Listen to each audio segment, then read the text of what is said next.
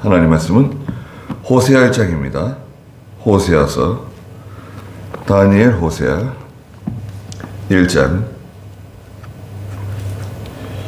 1절 말씀부터 여쭤보겠습니다.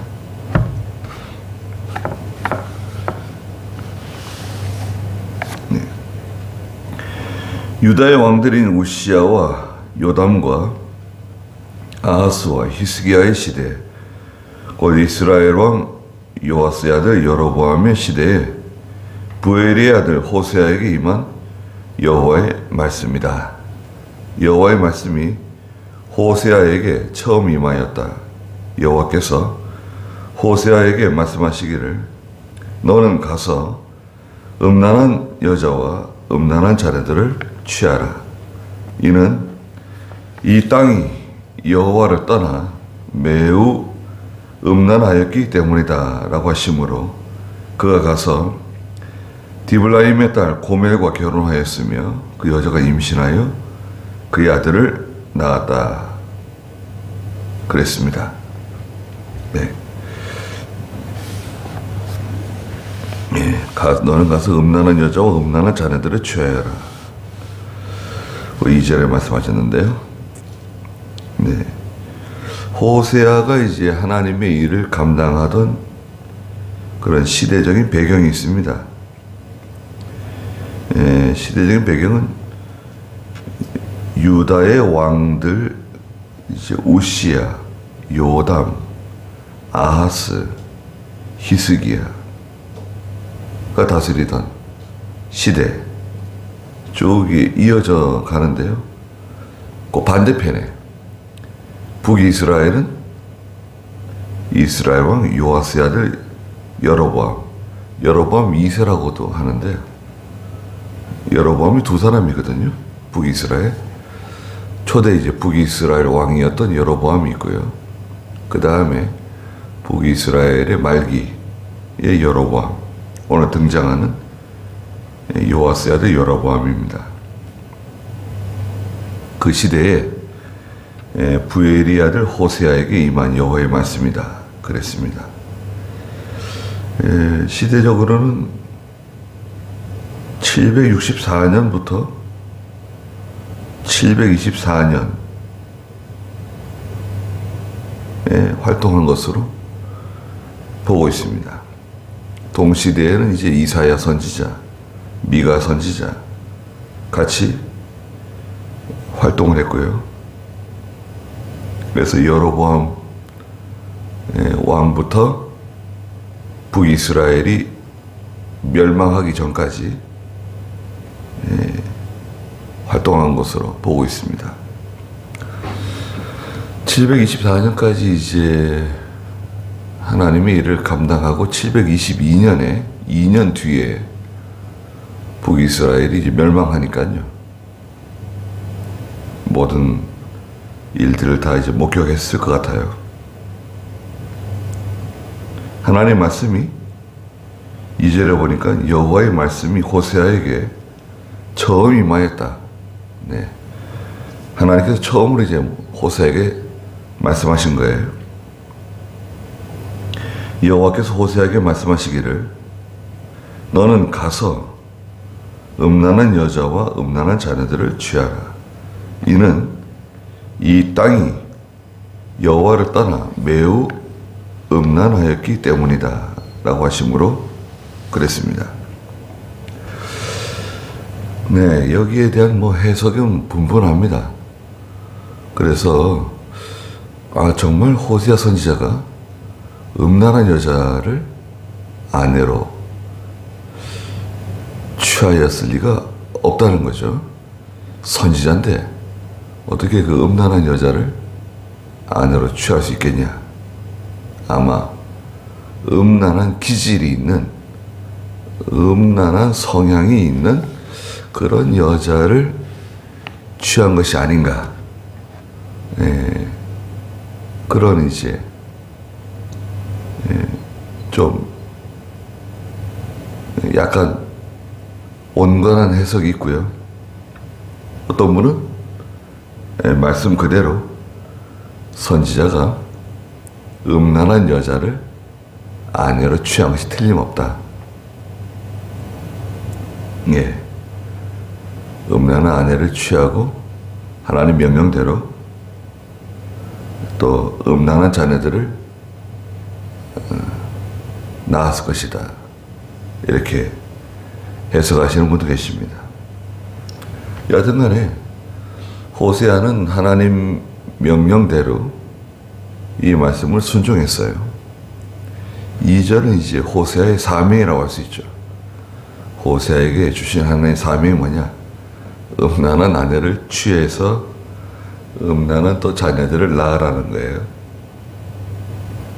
그래서 이 아내 때문에 호세아가 이제 고생하는 장면들이 이제 뒤에 나오죠. 음란한 성격을 가졌으니까 계속 문제를 일으켜요. 이것은 이제 왜 하나님께서 호세아에게 이런 사명을 맡기셨는가? 북이스라엘이 하나님 앞에 음란한 여자와 같다는 거예요. 음란한 아내와 같다는 거예요.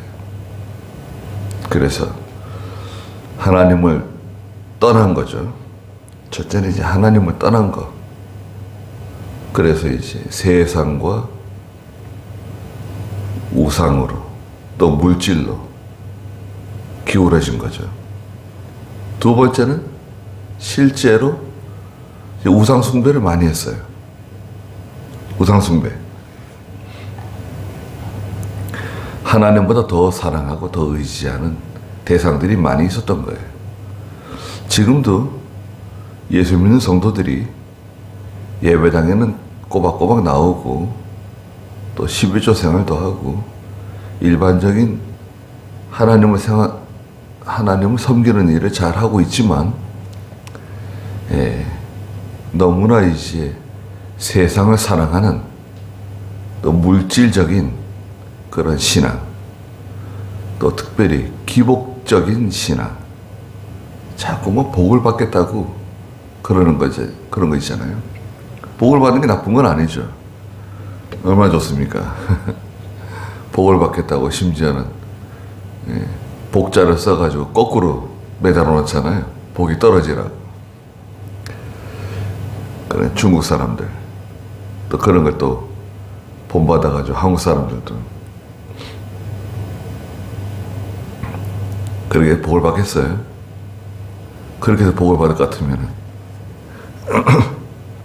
그러니까 그 기복적인 신앙, 이게 다 신앙적으로는 치우친 거예요. 온전한 신앙이라고 할 수 없어요. 하나님을 경외하는 그런 신앙이 아니다 이거죠. 그래서 이사야 54장 5절에 보면 하나님께서 이 시대가 음란하다고 책망하신 말씀이 있어요. 성경을 몇 구절 보시자고요. 이사야 54장 5절 한번 읽어주시겠어요? 너를 지으신 분이 내 남편이시고 그 이름은 만군의 여호와이시며 내 구속자는 이스라엘의 거룩한 분이시고 온 세상의 하나님이라 불려질 것이며 버림받아 마음에 슬퍼하는 아내, 곧 젊을 때 버림받은 아내 같은 너를 여호와께서 불러내실 것이기 때문이다. 내 하나님께서 말씀하셨다. 네. 버림받은 아내. 음란해가지고 하나님께 버림받은 아내와 같은 유다 백성들을 말씀하셨습니다. 예레미야 3장 14절에도 보면 돌아오너라 나를 배역한 자식들아, 여호와가 말한다. 이는 내가 너희의 남편이기 때문이다. 내가 성읍 중에서 하나를, 족속 중에서 둘을 택하여 너희를 시온으로 데려올 것이다. 남편 되시는 하나님을 배반했다는 거예요. 예레미야 31장에서도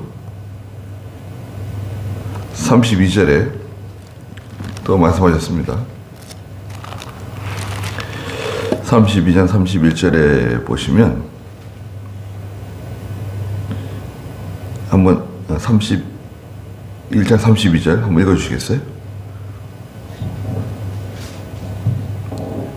내가 그들의 조상들의 손을 굳게 잡고 이집트 땅에서 그들을 이끌어내던 때에 그들과 맺은 언약과는 같지 않을 것이다. 그때에 내가 그들의 남편이었으나 그들은 내 언약을 깨뜨려 버렸다. 여호와의 말이다. 남편과 그 아내가 맺은 언약 있잖아요. 결혼식 때 이제 혼인 서약할 때 정조를 지키겠다고 서약하잖아요. 그 언약을 깨뜨려 버렸다는 거예요. 하나님과 맺은 언약. 그 북이스라엘이 음란해서 하나님을 멀리 떠났다는 거. 그 점을 말씀하시는 겁니다. 그것을 호세아 선지자를 통해서 알려주시는 거죠. 신약 성경에서 야고보 4장 4절에서는 음란한 여자들이여 세상과 짝한 것이 하나님과 원수되는 것을 알지 못하느냐. 세상과 짝하면 하나님과는 원수가 된다. 이건 뭐 공식입니다. 세상과 짝한다. 그 하나님과 원수. 마태복음 16장 4절에서 예수님께서는 악하고 음란한 세대가 표적을 구한다. 골로새 3장 5절 한번 보자고요. 골로새 3장 5절 한번 읽어주시겠어요? 그러므로 너희 땅에 있는 지체를 죽여라. 곧 음행과 더러운 것과 정욕과 악한 욕망과 탐욕이니 탐욕은 우상 숭배이다. 네. 땅에 있는 지체를 죽여라. 이건 뭐 자살하라는 게 아니죠. 육체의 그 욕심을 제어하라는 거예요. 음행, 더러운 거, 정욕, 더러운 것도 다 이 성적인 더러운 것입니다. 악한 욕망, 탐욕은 우상숭배다. 예. 음행은 우상숭배다. 음란한 마음. 그래서 이제 호세아를 이제 선택한 여러 가지 이유들 중에 하나는 지금 이 시대가 음란한 시대거든요. 특별히 우리 아이들도 이 음란한 것에 노출되어 있어요. 미국이 지금 동성 간에 결혼하는 것을 법적으로 허락해 주려고 그러잖아요. 수많은 미국의 보수적인 국민들이 반대해도 정치인들은 표를 얻기 위해서 이것이 잘못됐다는 것을 알지만 그런 법안을 만들어 가지고 상정을 했어요. 또 많은 상원 의원들이 또 표를 얻기 위해서 거기에 또 동참하고 있어요. 이게 이제 민주당 정부거든요. 자유로운 자유주의 성향을 가진 그 자유주의는 우리가 말하는 그런 자유주의가 아니라 성경에서 멀리 떠난 미국의 전통적인 신앙에 떠난 그런 사상을 말해요. 공화당은 상당히 보수적입니다. 트럼프가 좀 잘하면 좋은데 트럼프가 좀 자꾸 엉뚱한 일을 벌려가지고 공화당에서 대통령이 나오면 이런 게 좀 바로 잡힐 텐데 그러면 여러 가지 문제가 생길 수 있습니다. 이 동성 간의 결혼을 허용하게 되면 목사는 동성 간의 결혼을 주례를 해줘야 돼요. 주례를 거절하게 되면 고발당할 수 있죠. 또 모든 공공시설, 모든 회사에는 남자 화장실, 여자 화장실, 남자도 여자도 아닌 사람의 화장실, 이 세 종류의 화장실을 만들어야 돼요. 그리고 유치원에서도 동성 간의 결혼을 아이들에게 가르치고, 이거 죄가 아니다, 잘못된 게 아니다, 자유다, 자유. 그럴 날이 이미 찾아온 겁니다. 그러니까 이게 무서운 거죠. 미국이 그렇게 시작하면 또 이 자유주장에 있는 나라들이 또 따라갈 거라고요.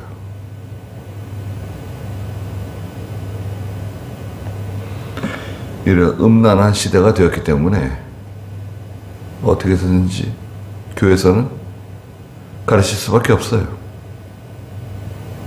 분명히 가르쳐야 됩니다. 동성 간의 결혼은 잘못된 것이고, 또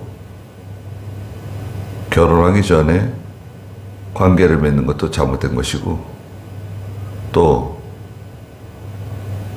특별히 하나님보다 더 사랑하는 게 있어서는 안 된다. 그리고 지금 핸드폰, 인터넷 이런 것이 다 개방되어 있기 때문에 그런 건 이제 우리가 막기는 힘들어요. 그러니까 각자가 이것을 피해야 되는데 어디까지 피할 수 있을까요? 그래서 할 수 있는 데까지 우리가 가르치는 수밖에 없습니다. 그래서 이제 선지자는 하나님의 말씀을 순종해가지고 3절에 그가 가서 디블라임의 딸 고멜과 결혼하였으며 그 여자가 임신하여 그의 아들을 낳았다. 여호와께서 그에게 말씀하시기를 그의 이름을 이스르엘이라 하여라. 이는 내가 얼마 후에 이스르엘의 피를 예후의 집에 갚고 이스라엘 집의 왕국을 피할 것이기 때문이다. 그랬습니다. 이스라엘은 그 사마리아 성에서 동북방으로 한 30km 정도 떨어져 있는 지역입니다.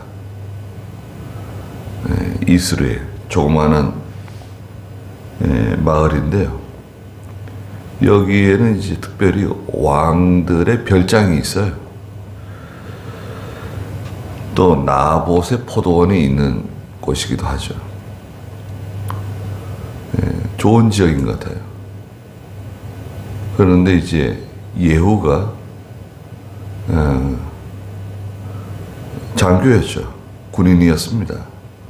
예후가 쿠데타를 일으켜가지고 아합과 이세벨을 처단합니다. 그 처단한 지역이 이스라엘이에요. 이스라엘에서 예후가 아합을 처단하고 또 이세벨을 심판한 그런 장소인데, 예후가 예후의 이스라엘의 피를 예후의 집에 또 갚아주신다는 거예요. 그 예후가 잘못했다는 거예요.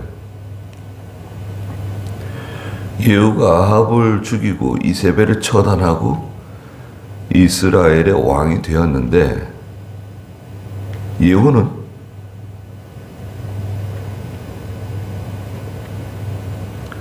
하나님의 그 명령을 따라서 아합과 이세벨을 처단하는 데서 그치지 않고 더 나갔어요.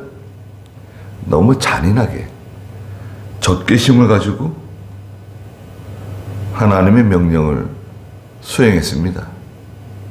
그리고 두 번째는 스스로 자기가 왕이 되려고 그랬어요. 자기가 스스로 내가 왕이 돼야지. 예. 하나님 명령 따라서 아합의 집을 심판하는 것은 잘했는데 자기가 스스로 왕이 되려고 한 거. 그 다음에 왕이 된 후에 자기가 또 우상 숭배를 했어요. 자기가 또 우상 숭배하고 금송아지 계속 섬기고 그렇게 나갔습니다. 그러니까 이제 예후가 하나님의 심판을 받게 된 것입니다. 예후의 집에 갚아줘라. 똑같이 하나님의 심판을 받는다는 것입니다. 그리고 이스라엘 집의 왕국을 피할 것이다.